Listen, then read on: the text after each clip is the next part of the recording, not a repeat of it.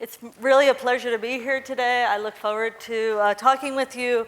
I only have a short amount of time, 15 minutes, so I welcome you to come up afterwards, ask questions.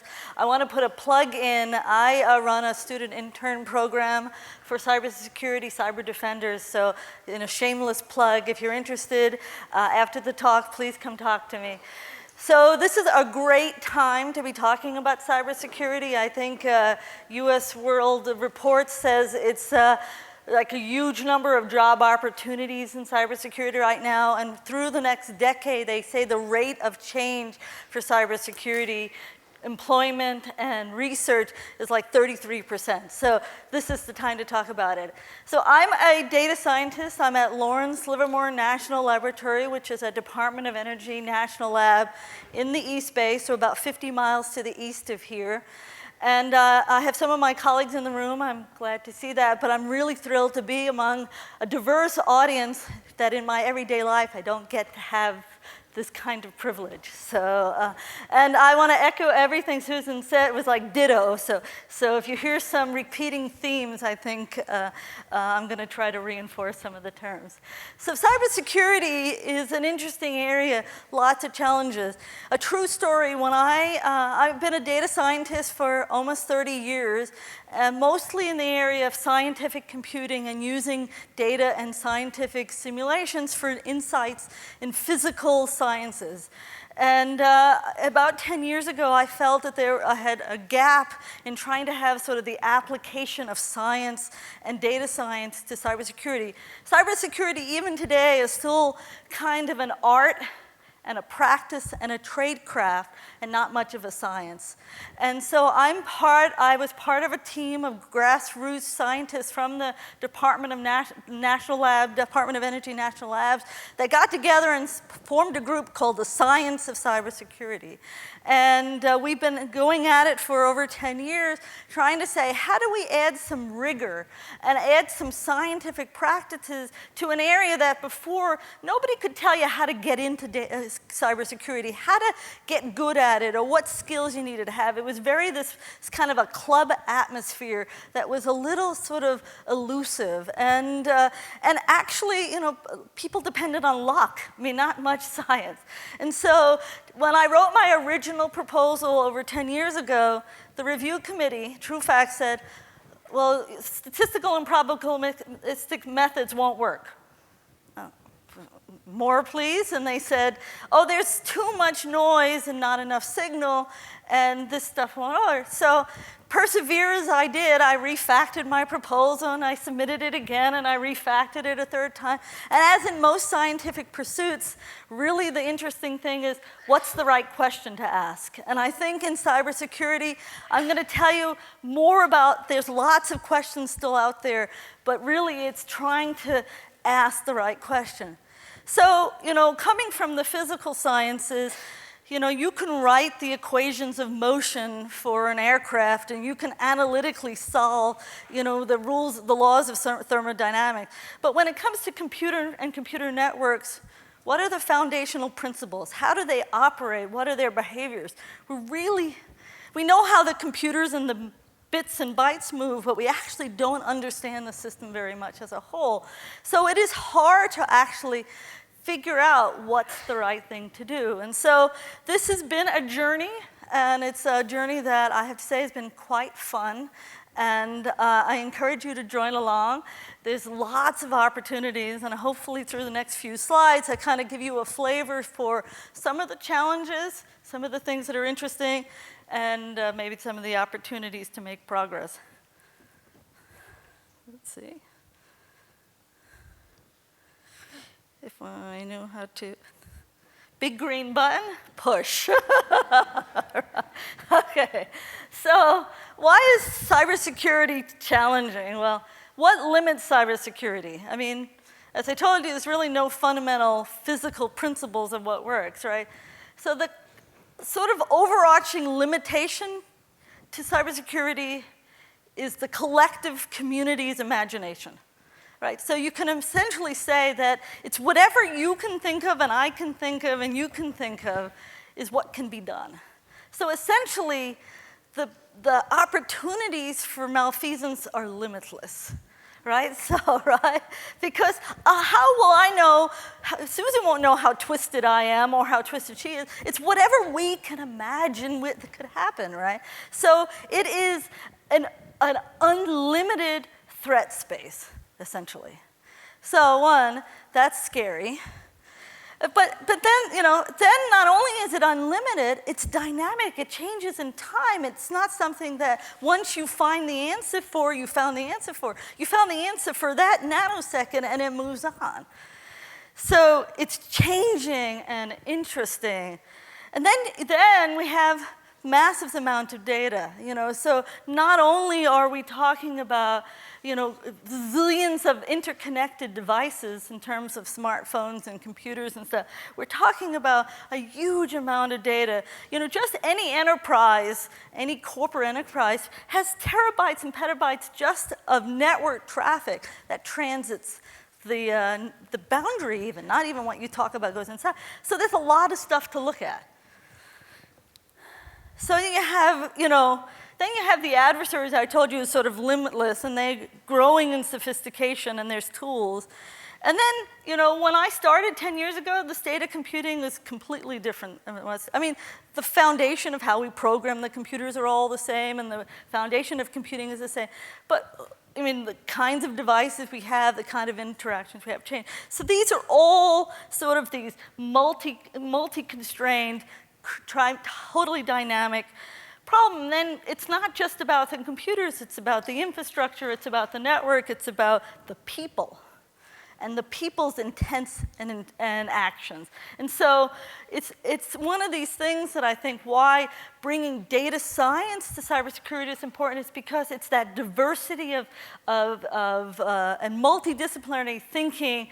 Susan mentioned it's really bringing economic thinking and social science and psychology thinking about how they do experiments to actually how to validate our results and how to bring in big science kind of maybe simulations to sort of propose what ifs. It brings a sort of wealth of background and different perspectives. So the way I like to say it is cybersecurity is naturally a diverse topic because there is no usual suspect, and there is no one vector at which everybody has to, comes into this and how it's solved. So, what I've been working on for the last 10 years is how to bring new thinking, how to bring some scientific rigor to making progress in defending. So cybersecurity in my parlance, I mean how to protect and defend the computers and networks, the data which we use to conduct our lives for business and pleasure, entertainment and work, and how to do that, protect it from damage and unauthorized access and actual criminal intent. So the first thing you say, well, what is it that I have to protect? Well, so this concept of the network is not kind of something you can put in your hands and get a real tangible feel on. So that's actually one of the biggest challenges is actually what is it that we're protecting and how to do this right. And so one of the ways people think about, and I'm going to kind of walk through some examples, ways thinking about how to do cybersecurity, and you've heard all different terms, situational awareness, continuous monitoring. It's all about this idea, how do we ask the right questions for the data we have in order to get knowledge and insights and actually to be both protective and predictive so we know what's going on. So we want to be able to do things that people have that are actionable, that your cyber defenders for your corporation can do something with. And that ends up being harder than it sounds. So if you imagine that we're talking about we want to do continuous monitoring, even just on a small scale, the act of capturing, storage, and processing the data itself is probably a whole research, that data management is probably a whole research topic of itself. How do you be mindful that people are using these systems and doing that in a way that we can't take the computers just for the purposes of cybersecurity monitoring? So we have to operate in a somewhat of a resource-constrained world because if, like in my corporation, if we had monitoring going on that took a lot of the resource from the computers, then people can't get their job done. And so that's not what the computers aren't there for the purposes of monitoring, they're there for the purposes of doing science and discovery. And so how do you manage that? And then how do you understand in the background, how do you make progress, and how do you do this in a way that you can be sustainable and keep up? And these are all really challenges. So we just took a small problem and we're trying to understand how to detect and understand how my network is changing in a meaningful way. So that sounds like not a very precise question. How do I describe how my network is changing? And then you answer, well, really I want statistically significant changes on my network. So that's like, well, how do I do that? And so we undertook a couple-year experiment to try to understand what were the characteristics of the network, gathering different kind of data, and doing different techniques. And the moral of the story here is we use many different techniques to apply to understanding our network. We did sort of heuristics-based kind of understanding the network. We did more probabilistic trending of the network, and we actually had a part where we had human interactive exploration, because we found that there was the combination of those multiple approaches was really the most robust in giving meaningful, actionable results.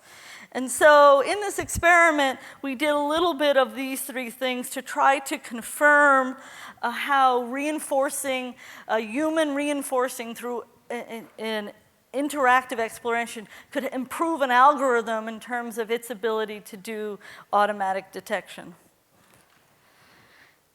So here, let's just a simple, I went into this thinking this was something I'd get done in a few months. Just if we ask the question, I want to know how the devices on my network change in time. Just want to know if I have an unauthorized device on my network.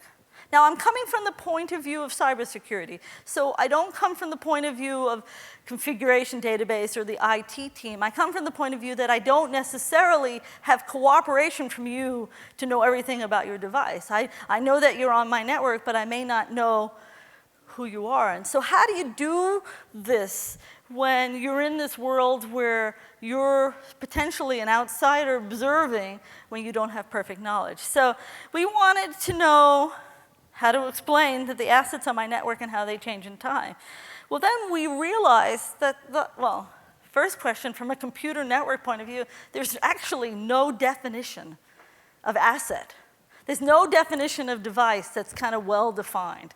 And so, you can say, well, maybe it's anything that has an IP address that's communicating. Well, that's one definition. Maybe it's something that has a MAC address. So first question is, well, actually, we didn't even know how to know what we were talking about. And so there was a lot of figuring out what kind of data. So then we actually took a real network and tried to learn from the data. And that's actually a practice that we've brought from our data science background, is learn from the data. And what we found is that you can measure things like, how many IP addresses are on the network, and there's actually quite a lot of the observed changes. There's actually quite a lot of change in a network, and that was, we didn't have any intuition of what that was at first. And so partly we did some observations of how to actually monitor this. But then we had this challenge of, and this is a challenge you'll have in data sciences, well, then how do you actually find a representation that people can grab? And so I'm not suggesting this is all that insightful. I'm just saying that it's an open-ended question that once you actually maybe even get some results, presenting in a way that people can get some intuition from, it's not necessarily easy. And so how do you represent a network in terms of, is it a map, is it a physical location, is it some sort of, and then one of the things, the first time we did this in a video, it made me seasick because things were popping up and changing all the time, and it was actually not helpful. It actually made the situation worse. So I'm going to tell you that there's a lot of work to be done, and even if once you have results, getting them to a form that people can understand. So we had this heuristics, and we learned from the data. We had an enterprise network that we measured and we watched things.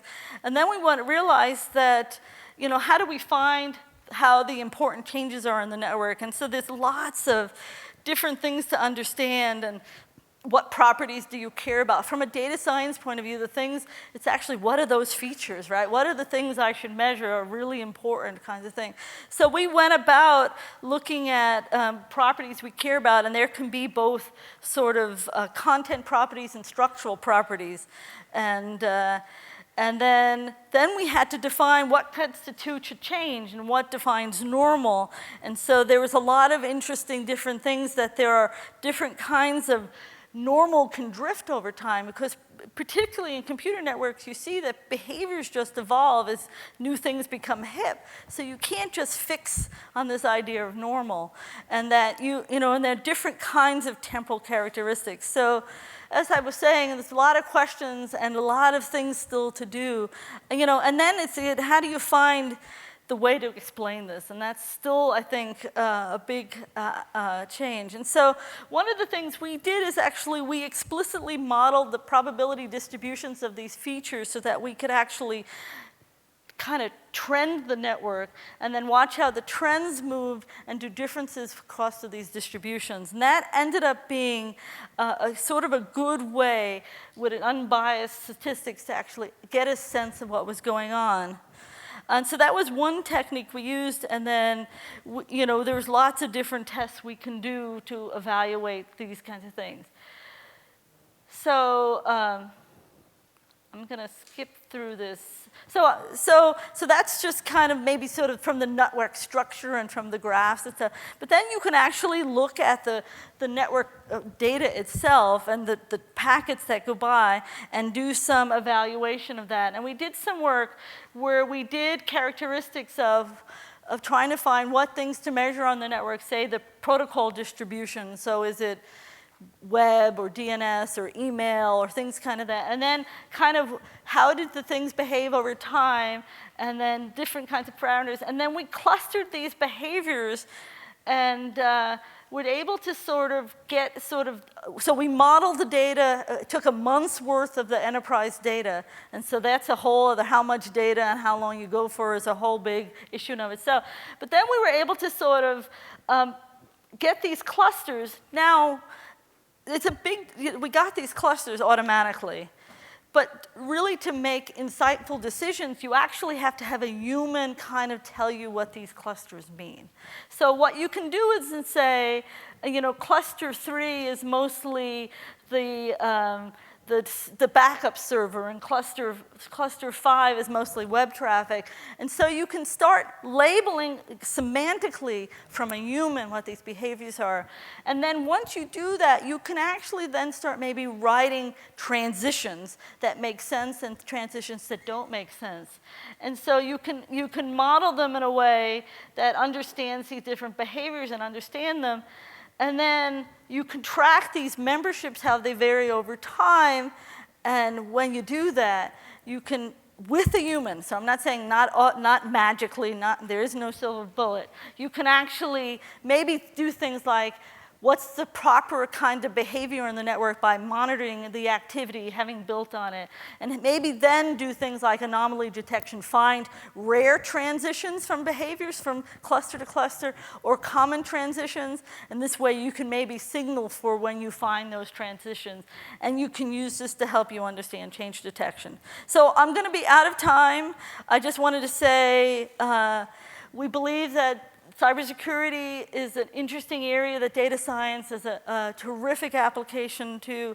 Again, it's all about asking the right questions, and we think, different kinds of algorithmic approach are important, combinations of approach, human in the loop. Right now, I think that's an important part of being able to add semantic representations here. And as I said, the whole idea here is we think of the cyber threat as a cancer, and really our goal is to detect it and mitigate it as soon as possible. And so using automatic data science, data-driven techniques, I think is important, along with sort of a collaborative, innovative team approach. Fabulous. Thank you so much.